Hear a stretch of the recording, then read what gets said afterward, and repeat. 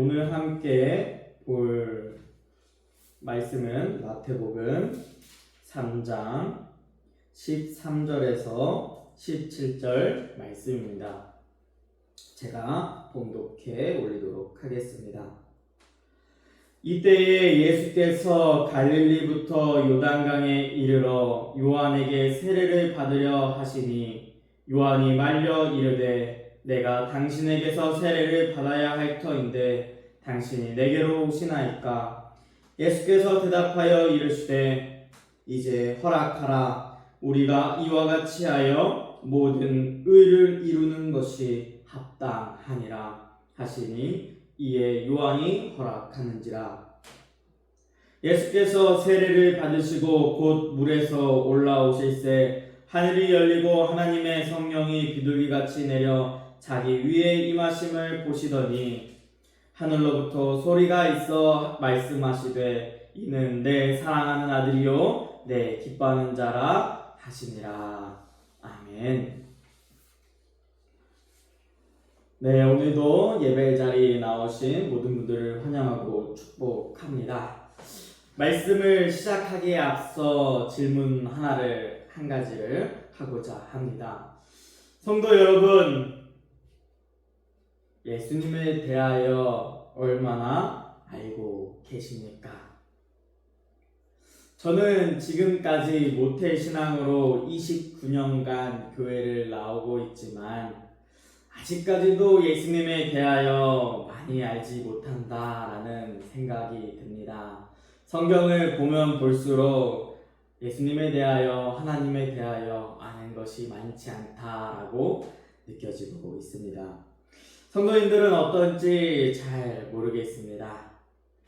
오늘은 세례를 받으시는 예수님을 통해 예수님에 대하여 더욱 알아가는 시간을 가져보도록 하겠습니다. 예수님은 누구신가? 첫 번째는 하나님의 아들이시다라는 것입니다. 마태복음 3장 17절 말씀입니다. 하늘로부터 소리가 있어 말씀하시되 이는 내 사랑하는 아들이요 내 기뻐하는 자라 하시니라. 아멘. 세상 사람들은 말하곤 하죠. 예수님은 그저 많은 성인들 중 한 분, 또 배울 것이 많은 그러한 사람 중 하나라고 이야기합니다. 그러나 성경은 예수님을 그저 성인으로서 좋은 사람으로서만 이야기하고 있진 않습니다. 예수님은 하나님의 아들이십니다. 분명히 알아야 합니다. 예수님은 하나님의 아들이시다. 이 말은 예수님도 신이라는 것입니다. 예수님은 신이시자 사람으로 오셨습니다. 이것이 아주 놀라운 사건이라는 거죠.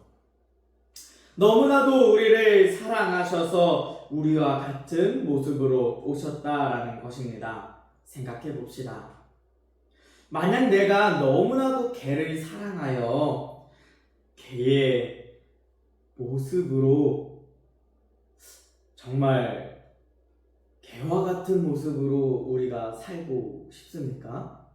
아무리 좋아하는 것일지라도 아무리 개를 좋아할지라도 개와 같은 모습으로 하고 우리가 살아가고 싶겠냐는 것이죠. 요즘은 뉴스나 유튜브를 보면 개가 너무 좋아서 정말 개 형상으로 이렇게 성형을 하는 사람도 있다고 합니다만 개의 모습이 되어 개들과 함께 하려는 그것은 너무나도 어려울 것입니다.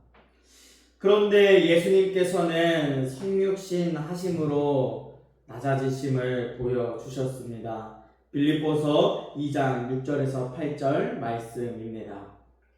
그는 근본 하나님의 본체시나 하나님과 동등됨을 취할 것으로 여기지 아니하시고 오히려 자기를 비워 종의 형체를 가지사 사람들과 같이 되셨고 사람의 모양으로 나타나사 자기를 낮추시고 죽기까지 복종하셨으니 곧 십자가에 죽으심이라. 아멘. 예수님은 이처럼 우리를 사랑하셨습니다. 자신은 하나님의 아들이시지만 하나님과 같은 분이시지만 자신을 낮추셨습니다. 사람들과 같이 계셨다는 거죠. 이렇게 예수님은 우리를 너무나도 사랑했습니다.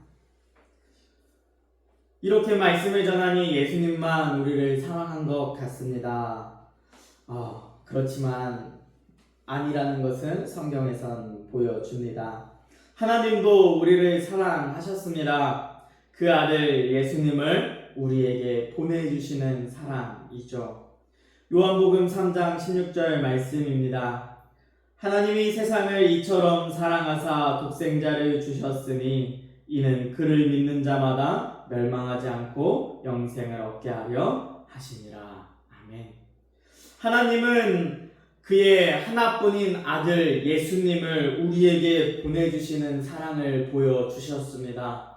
예수님을 보내주시며 가난한 사람이든 부한 사람이든 죄를 지어 감옥에 있는 사람이든 이 세상의 어떤 누구에게도 사랑을 받아보지 못한 사람일지라도 하나님의 사랑은 차별 없이 그 사람이 어떠한 사람일지라도 예수님을 믿는 자들에게 영생을 허락해 주시는 사랑을 주셨다는 것입니다. 이 하나님의 사랑을 비유하자면 가정에서 말을 잘 듣는 모범생과 같은 자녀와 또 사건 사고를 많이 일으키고 다니는 자녀가 있지만 둘 다 자녀라는 점에서 모두를 사랑해 주시는 부모님과 같은 무조건적인 사랑을 하나님께서 보여주신다는 것입니다. 그렇다면 성령님은 어떨까요? 성령님도 우리를 사랑하실까요? 데살로니가 후서 2장 13절 말씀입니다. 주께서 사랑하시는 형제들아, 우리가 항상 너희에 관하여 마땅히 하나님께 감사할 것은 하나님이 처음부터 너희를 택하사 성령의 거룩하게 하심과 진리를 믿음으로 구원을 받게 하심이니. 아멘. 성령님은 하나님이 보내주신 예수님을 믿을 수 있도록 우리를 도와주심으로 우리를 사랑하고 있다는 것입니다. 성령님이 도와주시지 않는다면 우리는 예수님을 예수님이라 고백하지 못한다는 거죠. 우리의 구원자라 이야기하지 신앙의 고백을 할 수 없다는 것입니다. 예수님을 예수님으로 구원자로 더욱더 알아갈 수 있게 하시는 분이 우리의 성령님이 우리를 도와주신다는 것이죠. 이처럼 예수님은 하나님, 성령님의 사랑까지 모두 다 가지고 이 땅에 오셨습니다. 예수님은 100% 하나님의 아들, 신이시며 100% 사람의 모습으로 이 땅 가운데 오셨다는 것입니다. 하나님은 당신의 사랑하는 아들인 예수님을 계속하여 우리에게 예수님이 자신의 아들이심을 이야기해주고 계십니다. 마가복음 9장 7절 말씀입니다. 마침 구름이 와서 그들을 덮으며 구름 속에서 소리가 나되 이는 내 사랑하는 아들이니 너희는 그의 말을 들으라 하는지라. 아멘. 이 말씀은 변화산에서 제자들에게 들려주신 하나님의 음성입니다. 하나님은 이처럼 계속하여 우리 사람들에게 예수님을 자신의 아들임을 알려주고 있습니다. 왜냐하면 내 사랑하는 아들 예수라는 것을 알려주므로 그를 통해 예수님을 통해 자신 하나님에게 올 수 있도록 길을 열어주고 있다라는 것입니다. 그렇기에 하나님의 아들이신 예수님이 중요합니다. 예수님은 누구신가? 마지막은 모든 의를 이루시는 분입니다. 마태복음 3장 15절 말씀입니다. 예수께서 대답하여 이르시되 이제 허락하라. 우리가 이와 같이 하여 모든 의를 이루는 것이 합당하니라 하시니 이에 요한이 허락하는지라. 아멘. 예수님이 받으시는 세례는 앞절에서 나온 이스라엘이 받는 회개의 세례와 또 우리가 현재 세례를 받으며 신앙의 고백을 하며 받는 그러한 세례와 다름을 구분해야 합니다. 예수님의 세례는 예수님이 가지고 계신 죄를 회개하는 것이 아닌 레위기에 나타난 속건제, 속죄제에 쓰이는 제물로서 대속의 의미를 가지고 있다라는 것입니다. 그러한 제물로서, 대속의 제물로서 인류의 모든 죄를 전가하는 어린 양으로서 받는 세례라는 것입니다. 그렇기에 오늘 예수님께서는 모든 일을 이루기 위해 세례 요한에게 세례를 달라라고 하고 있는 것이죠. 즉 세례 요한을 제사장으로서 세우고 그를 통해 인류의 모든 죄를 예수님께 전가하는 것입니다. 예수님은 이 모든 죄를 짊어지시고 십자가 지시는 걸 선택하십니다.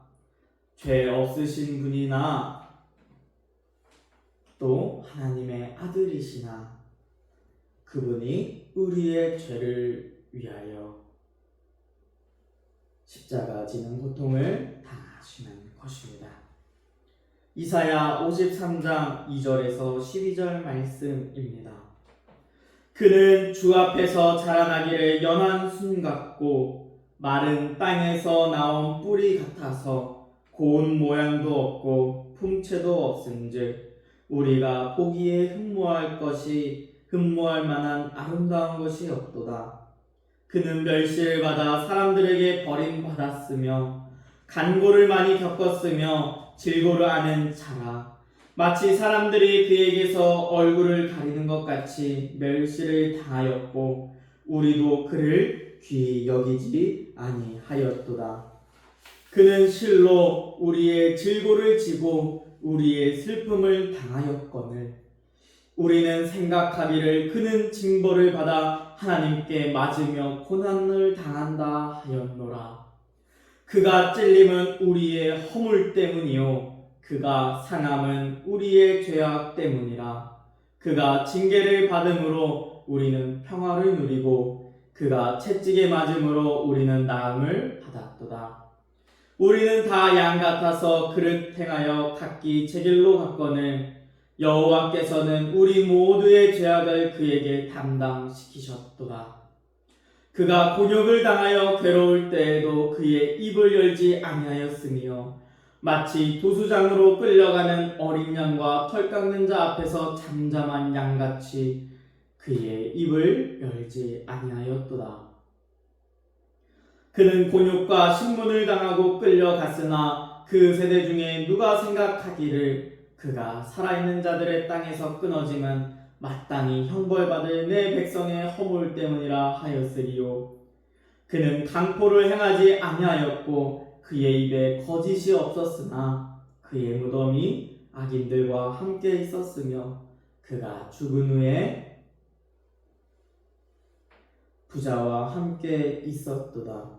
여호와께서 그에게 상함을 받게 하시기를 원하사 질고를 당하게 하셨은즉 그의 영혼을 속건 제물로 드리게 이르면 그가 씨를 보게 되며 그의 날은 길 것이요 또 그의 손으로 여호와께서 기뻐하시는 뜻을 성취하리로다.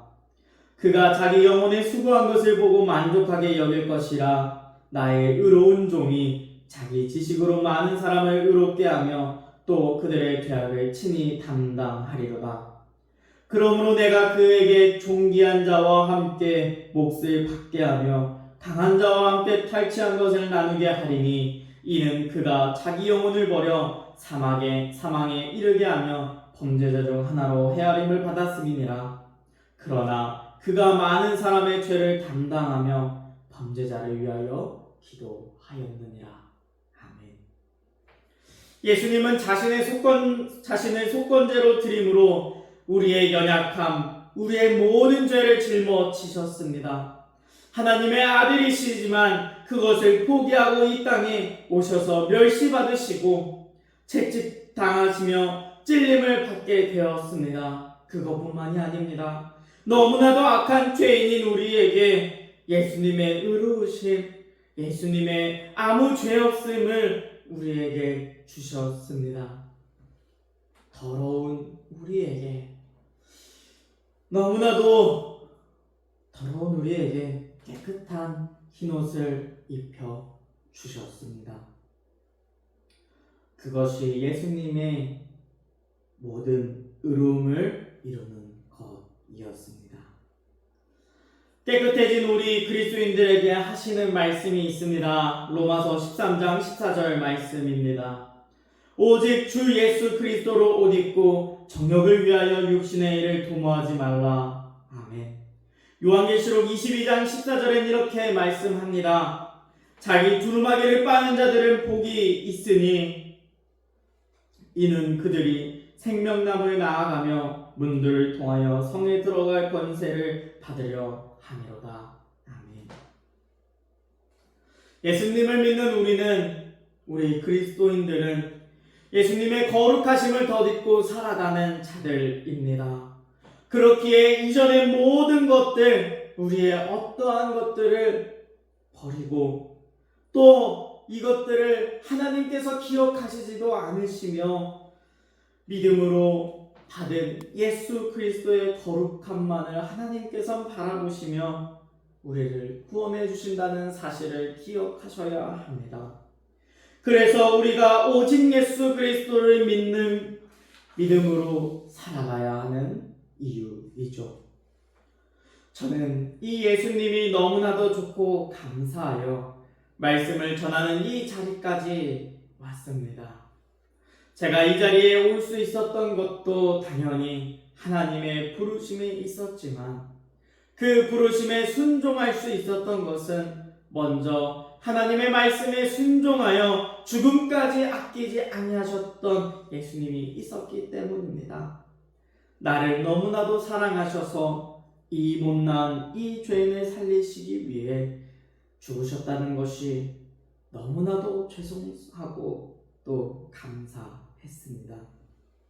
이러한 예수님을 우리는 사순절에는 많이 묵상하고 기억하지만 사순절이 지나고 나서 부활절이 지남에 따라 우리는 또다시 예수님을 잃어버리고 살아갑니다. 사랑하는 성도 여러분, 예수님 잃지 맙시다. 예수님 잊어버리지 맙시다. 예수님께서 나 같은 이 죄인을 위해 하늘 보좌 버리시고 우리와 같은 이 땅으로 오셔서 우리와 같은 모습으로 오셔서 우리의 허물들로 멸시당하며 찔림을 당하며 십자가를 지셨습니다. 우리를 살리기 위해서 말입니다. 로마서 5장 9절 말씀입니다.